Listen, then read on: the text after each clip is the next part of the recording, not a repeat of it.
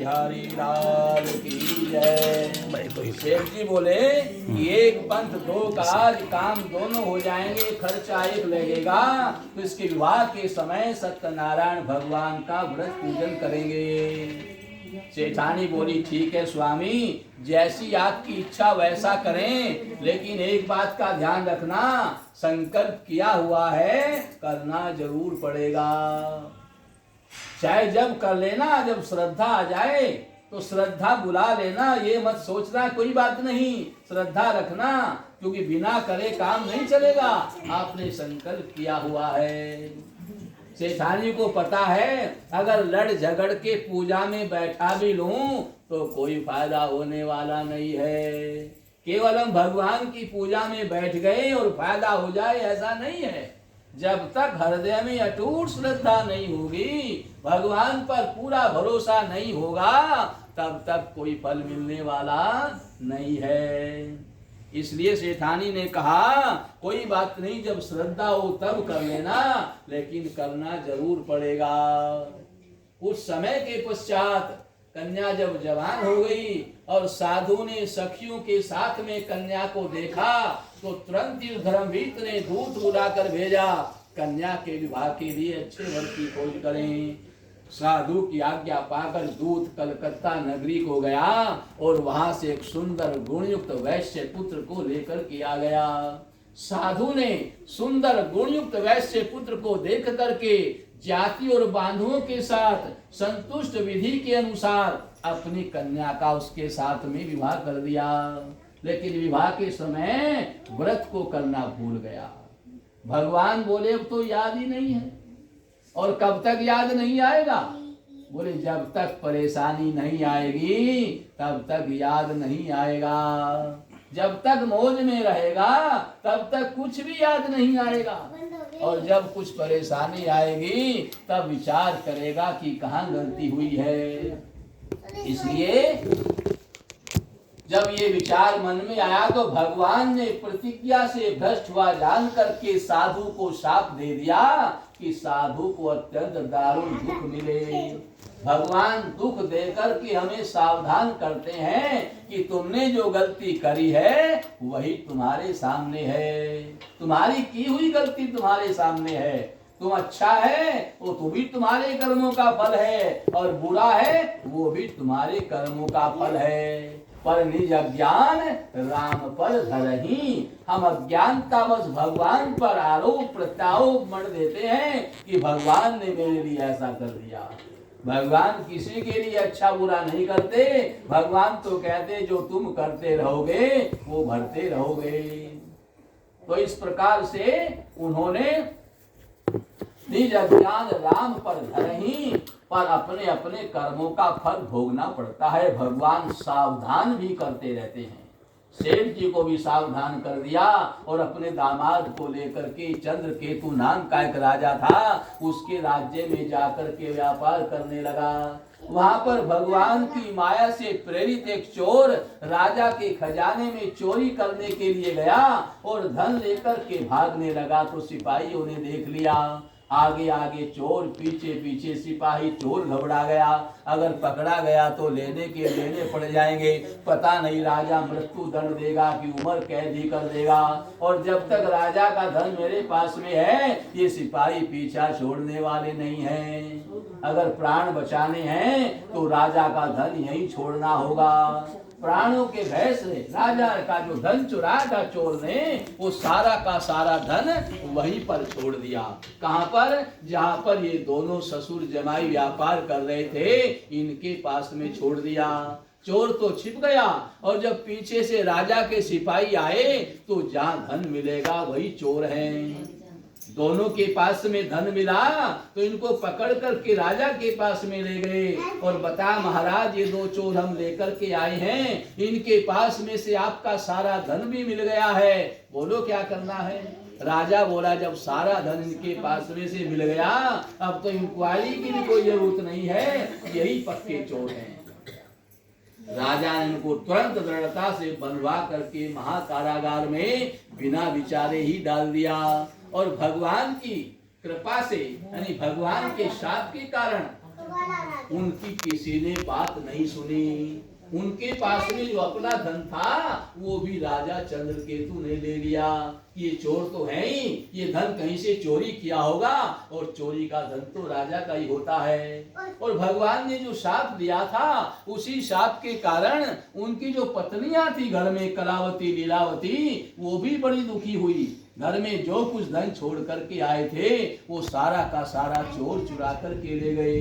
इस प्रकार शारीरिक और मानसिक पीड़ा के कारण दोनों माँ बेटी घर घर भिक्षा मांगने लगी। एक दिन कलावती संध्या का समय था, एक ब्राह्मण के यहाँ भोजन के लिए गई तो क्या देखा, वहां तो सत्यनारायण भगवान का व्रत पूजन हो रहा था। बस वहीं पर बैठ गई कथा सुन करके और प्रसाद चरणामृत लेकर के घर में देर रात्रि से आई तो उसकी माँ बड़ी बिगड़ी कि ये पुत्री इतनी रात हो गई, तू कहाँ थी और तेरे मन में क्या विचार है। कलावती बोली, माँ मेरे मन में कोई विचार नहीं, मैं तो फला ब्राह्मण के यहाँ भोजन के लिए गई थी और वहाँ सत्यनारायण भगवान का व्रत पूजन हो रहा था। बीच में आने से बड़ा भारी दोष लगता है, इसलिए संपूर्ण कथा सुन करके और प्रसाद चरणामृत आपके लिए भी लेकर के आई हूँ। सारी बात जब पता चली तो उसकी माँ ने प्रसाद चरणामृत का दर्शन किया और दर्शन मात्र से भूली हुई बात याद आ गई और बोली, बेटी तेरे पिताजी ने भी एक बार इसी व्रत का संकल्प किया था। और कब किया था, जब हमारे यहाँ कोई संतान नहीं थी, संतान हो जाए तब संकल्प मात्र से तेरा जन्म हुआ, तेरा नामकरण भी हुआ और तेरा विवाह भी हुआ, लेकिन आज तक भगवान का पूजन नहीं हुआ। हो न हो उसी की वजह से हम दुखी हों, इसलिए हमारे पास जो कुछ भी भिक्षा में आई हुई सामग्री है हम कल इसी से भगवान का पूजन करेंगे। कलावती बोली, माँ हम भगवान का पूजन नहीं कर सकते। उसकी माँ ने पूछा, बेटी हम क्यों नहीं कर सकते। तब कलावती ने बताया कि माँ जिस ब्राह्मण के यहाँ मैं गई थी वहाँ मैंने देखा इसमें तो बड़ा भारी धन लगता है, इतना धन हमारे पास कहाँ हम जो भगवान का पूजन कर सके। उसकी माँ ने कहा, बेटी अगर धन से भगवान की पूजा होती तो जब हमने संकल्प किया था तभी हो गई होती। हमारे पास धन की कमी थी क्या। भगवान से भी क्या कहा था, बड़े लंबे चौड़े व्यापार चल रहे हैं, अपार धन संपत्ति भी हमारे पास में है, धन की कोई कमी नहीं है, बस एक संतान चाहिए। और भगवान ने हमारी कामना भी पूरी करी थी, एक संतान भी हमें दी थी, धन की भी हमारे पास कमी नहीं थी, फिर भी हम भगवान का पूजन नहीं कर सके। क्यों? क्योंकि भगवान का पूजन धन से नहीं, भगवान का पूजन तो अटूट श्रद्धा भक्ति से होता है। उस दिन मेरे पास में श्रद्धा नहीं थी, आज मेरे पास में धन नहीं है, पर मेरे हृदय में ऐसी अटूट श्रद्धा भर गई है, अब मैं पूजन किए बिना नहीं रह सकती। सवेरे दोनों माँ बेटियों ने अपने बंधु बांधवों को बुला करके भिक्षा में आई हुई सामग्री से ही सत्यनारायण भगवान का व्रत पूजन किया, प्रसाद चरणामृत लिया और दंडवत प्रणाम करके प्रार्थना करी, हे सत्यनारायण स्वामी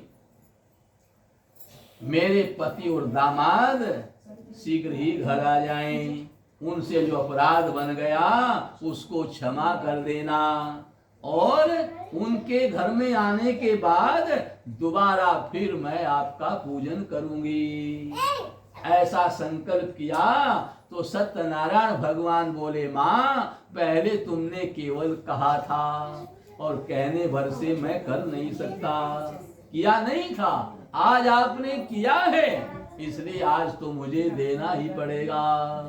और भगवान उसी समय आधी रात को ही राजा चंद्रकेतु को स्वप्न में दिखाई दिए और कहा कि हे राजन, उन दो बंदी वैश्यों को, वो वैश्य हैं, व्यापारी हैं, चोर नहीं है, उन दो बंदी वैश्यों को प्रातः ही छोड़ देना, नहीं तो तेरा राज्य धन पुत्र आदि सब नष्ट हो जाएगा।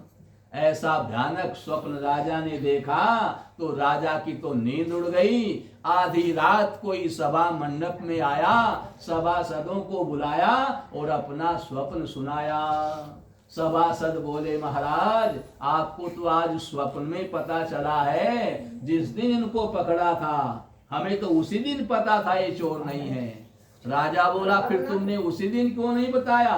सभासद बोले महाराज जाको प्रभु दारुण दुख दीना, ताकि मति पहले हर लीना, विनाश काले विपरीत बुद्धि। भगवान इनको इनके किसी अपराध का दंड देना चाहते थे, इसलिए क्या हुआ, हमारी बुद्धि ने काम नहीं किया, हम घबरा गए, भयभीत हो गए। अगर आपको बताएंगे ये चोर नहीं है तो राजा तो हमें भेजेगा, जाओ ढूंढ करके लाओ कहाँ चोर है।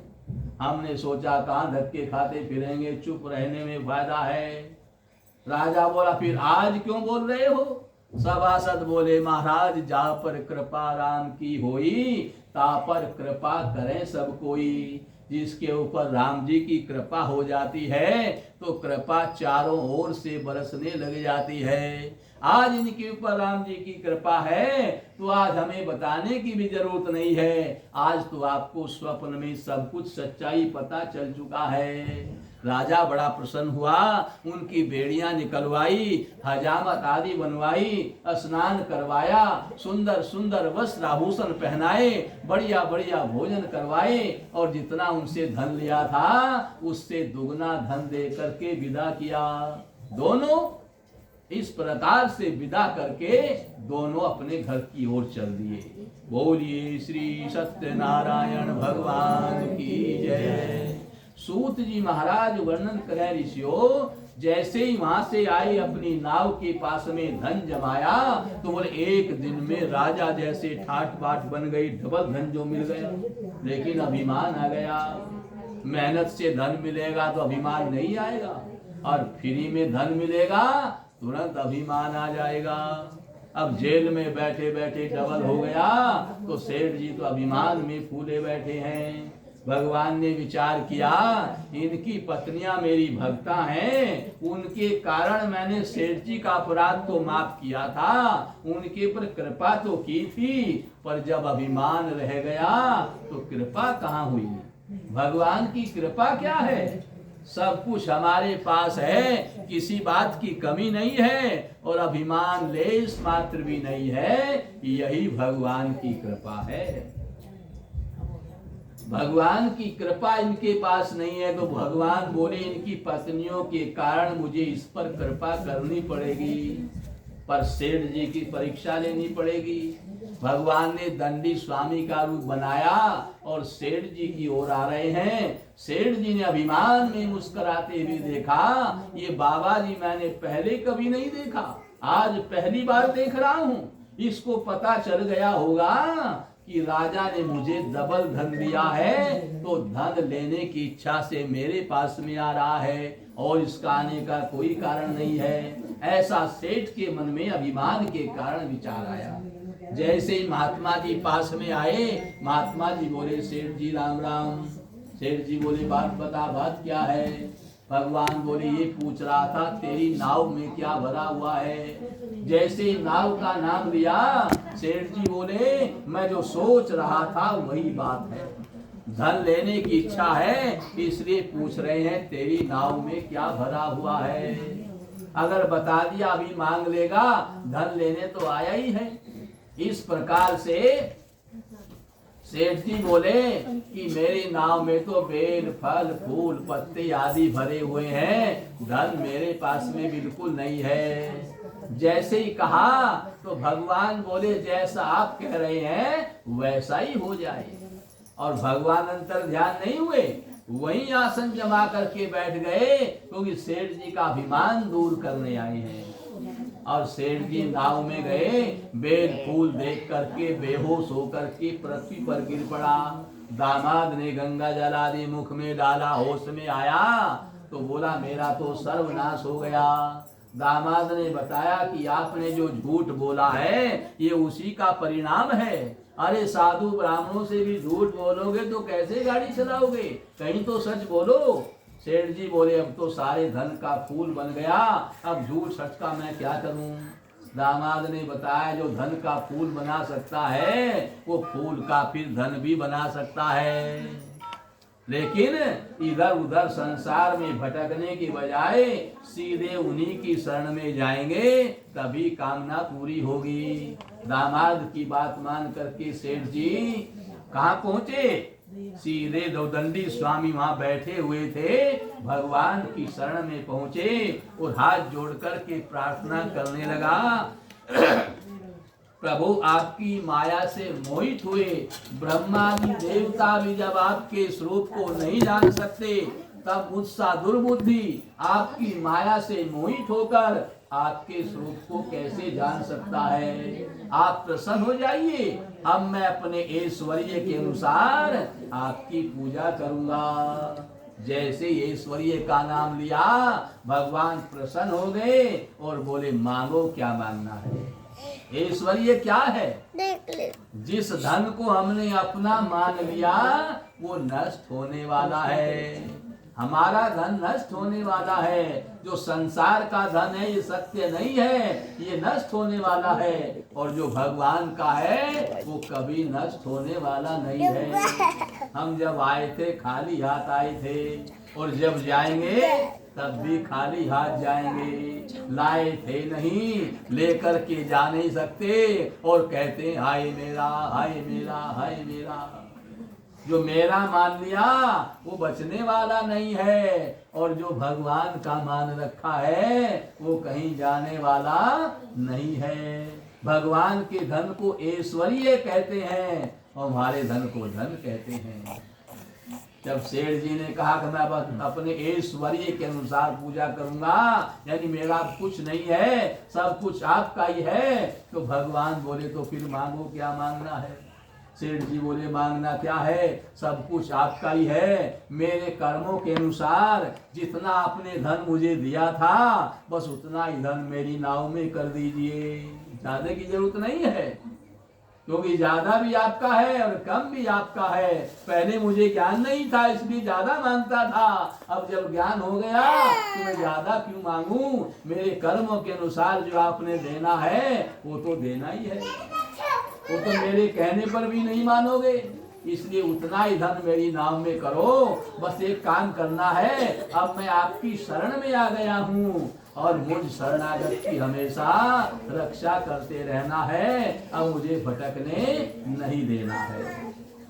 भगवान ने कहा तथास्तु। भगवान तो अंतर ध्यान हो गए और सेठ जी की समझ में बात आ गई, और नाव में गया तो जा करके नाव में धन देखा, बड़ा प्रसन्न हुआ और तुरंत नाव को जोड़ करके सीधे नगरी में पहुंच गया। और नगरी में जाकर के उसने नौकर से कहा जाओ घर में जाकर के सूचना दे दो कि सेठ जी नदी पर आ गए हैं। नौकर जैसे घर में गया तो जाकर के क्या देखा, दोनों माँ बेटी दोबारा भगवान की पूजा कर रही हैं। सारी तैयारी हो चुकी है, पूजन करने ही वाली है। नौकर ने अनुकूल वचन सुनाए, तुम्हारे पति और दामाद नदी पर आ गए हैं। जैसे ही नौकर ने बताया, कलावती बोली माँ जिस काम के लिए भगवान का पूजन कर रहे थे वो काम तो हमारा हो ही गया, मतलब हमारे पति आ जाए इसलिए भगवान का पूजन कर रहे थे। पति हमारे आ ही गए, नौकर बता रहा है नदी पर हैं, तो फिर इस पूजन की क्या जरूरत है। उसकी माँ ने कहा बेटी ऐसे मत बोल, उन्हीं की कृपा से बात बनी है, पहले छोटी मोटी कमी रही होगी जिससे कामना पूरी नहीं हुई थी, अब तैयारी में ही वो छोटी कमी पूरी हो गई, तो फिर अब देर किस बात की है। जल्दी पूजन करके और प्रसाद चरणामृत उनके पास भी लेकर चलेंगे। कलावती बोली माँ बुढ़ापे में तेरी बुद्धि भी बूढ़ी हो गई, अब मैं बूढ़ी थोड़े बोलूं तेरी बातों में, तुझे जो करना सो कर, मुझे इस पूजन वूजन की कोई जरूरत नहीं है। मैं तो पति के दर्शन को नदी पर जा रही हूँ। पूजन का त्याग करके, प्रसाद चरणामृत का त्याग करके कलावती नदी पर पति के दर्शन को गई तो क्या देखा, सेठ जी रो रहे हैं। कलावती बोली पिताजी आप रो क्यों रहे हैं। सेठ जी बोले बेटी अभी अभी धन सहित नाव नदी में डूब गए और तेरे पति भी उसमें बैठे हुए थे, वो भी डूब गए। अब तो कलावती भी विलाप करने लगी और यहाँ तक कि खड़ाऊ लेकर सती होने का निर्णय ले लिया। कन्या का सा विचार जब देखा तो सेठ जी समझ गए आज भी बड़ी भारी भूल हमसे जरूर हुई है, इसलिए हाथ जोड़ करके भगवान से प्रार्थना करने लगा, हे सत्यनारायण स्वामी, मुझसे या मेरे परिवार से भी कोई भूल हो गई हो उसे क्षमा कर देना। रही आपके पूजन की बात, आज मैं भूला नहीं हूँ, मेरे याद है, लेकिन घर तक जाऊं तो सही। घर जाते ही गृह प्रवेश तो बाद में होगा, सबसे पहले आपका पूजन होगा। ऐसी आकाशवाणी हुई कि ये साधु तुम घर जाकर के तेरी कन्या जो कलावती है वो पूजन का त्याग करके, प्रसाद चरणामृत का त्याग करके पति के दर्शन को आई है, इसलिए कन्या का पति अदृश्य हुआ है। घर में जाकर के पूजन करके प्रसाद चरणामृत लेकर के आए तो तेरी कन्या का पति यही मिल जाएगा। ऐसी आकाशवाणी सुनकर के कलावती शीघ्र घर में गई और घर में जाकर के सत्यनारायण भगवान का पूजन किया, प्रसाद चरणामृत लिया और फिर भगवान के सामने दंडवत प्रणाम करके प्रार्थना करने लगी, हे सत्यनारायण स्वामी, मैं अभी नदी पर पति के दर्शन को जा रही हूँ, अगर मुझे मेरे पति मिले तो मैं आज ही दोबारा फिर आपका पूजन करूंगी। ऐसा संकल्प करके नदी पर आई तो पति का दर्शन हुआ। अब तो कलावती बड़ी प्रसन्न हुई, तुरंत पिताजी के पास में गई और जाकर बोली, पिताजी अब देर क्यों कर रहे हो, जल्दी घर चलो। सेठ जी बोले, जल्दी किस बात की है, अब तो सब कुछ ठीक हो गया, आराम से चलेंगे। कलावती बोली, नहीं पिताजी, मैं आज संकल्प करके आई हूँ, मुझे आज ही दोबारा फिर भगवान का पूजन करना है। सेठ जी बोले, मैंने भी बार बार संकल्प किया है, आज मेरा भी संकल्प पूरा होगा और तेरा भी संकल्प पूरा होगा। आज पूरा परिवार मिलकर के सत्यनारायण भगवान का व्रत पूजन करेंगे। आज पूरे परिवार ने मिलकर के सत्यनारायण भगवान का पूजन किया, प्रसाद चरणामृत लिया और फिर तो प्रत्येक पूर्णिमा, संक्रांति, अमावस्या, एकादशी आदि तिथियों में विधिवत भगवान का पूजन करने लगा और मरने पर सत्य लोक को गया। बोलिए श्री सत्यनारायण भगवान की जय। सूत जी महाराज वर्णन करें, ऋषियों, तुंगध्वज नाम का एक राजा था, उसने भी एक बार भगवान का प्रसाद त्याग कर बहुत दुख पाया। एक बार वन में शिकार खेलने के लिए गया, सुबह से शाम तक शिकार खेला, जब संध्या का समय हुआ थक गया तो एक बड़ का पेड़ था, उसके नीचे बैठ करके विश्राम करने लगा। वहां पर जंगल के जो ग्वालिया थे सब आपस में मिल करके सत्यनारायण भगवान का व्रत पूजन कर रहे थे। राजा देखकर भी अभिमानवश, मैं राजा, इन ग्वालों में जाऊंगा तो मेरी क्या इज्जत होगी, ऐसा अभिमान करके उन ग्वालों के पास में नहीं गया और वहीं बड़ के पेड़ के नीचे बैठा विश्राम करता रहा। जब सब ग्वालों ने भगवान का पूजन पूरा किया तो एक ग्वाला प्रसाद चरणामृत लेकर के राजा के पास में गया तो राजा ने प्रसाद का भी त्याग कर दिया। राजा क्या बोला, बोले मेरे पास में इतना धन है कि मैं सब ग्वालों को रोज भर पेट भोजन करा सकता हूँ, इतना धन मेरे पास में है और मैं ग्वालों का जरा सा प्रसाद लूंगा तो मेरी इसमें क्या इज्जत हो जाएगी।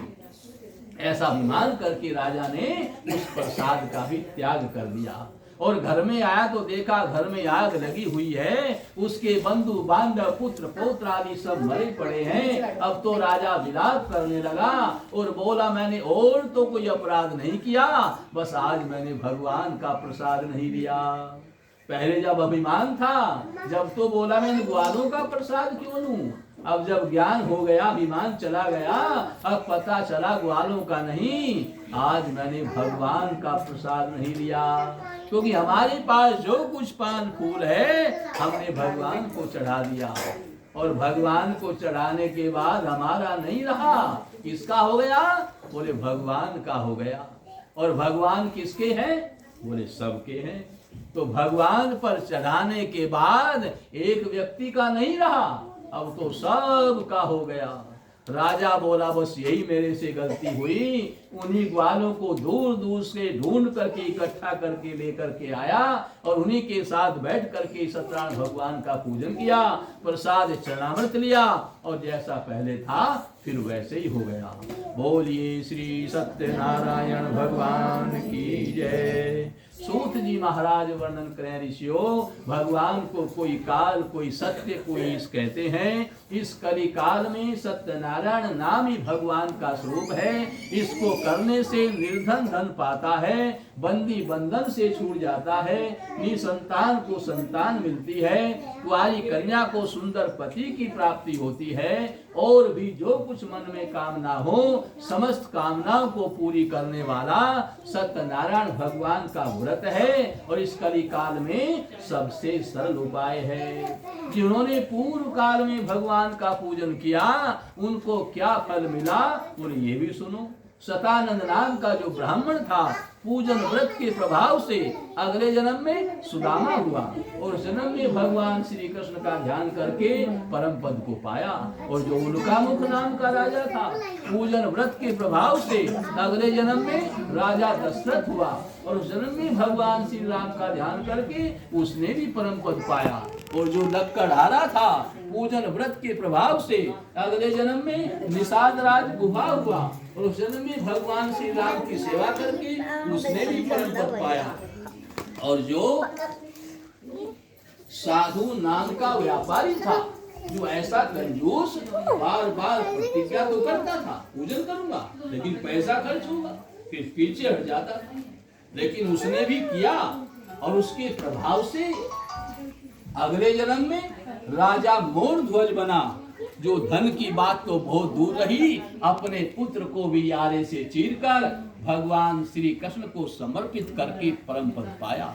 और जो तुंगध्वज नाम का राजा था, पूजन व्रत के प्रभाव से अगले जन्म में स्वयंभू मनु हुआ और उस जन्म में भगवान के भक्ति कर्म करके परम पद को पाया। बोलिए श्री सत्यनारायण भगवान की जय। श्री कृष्ण गोविंद हरे हरे, हे नाथ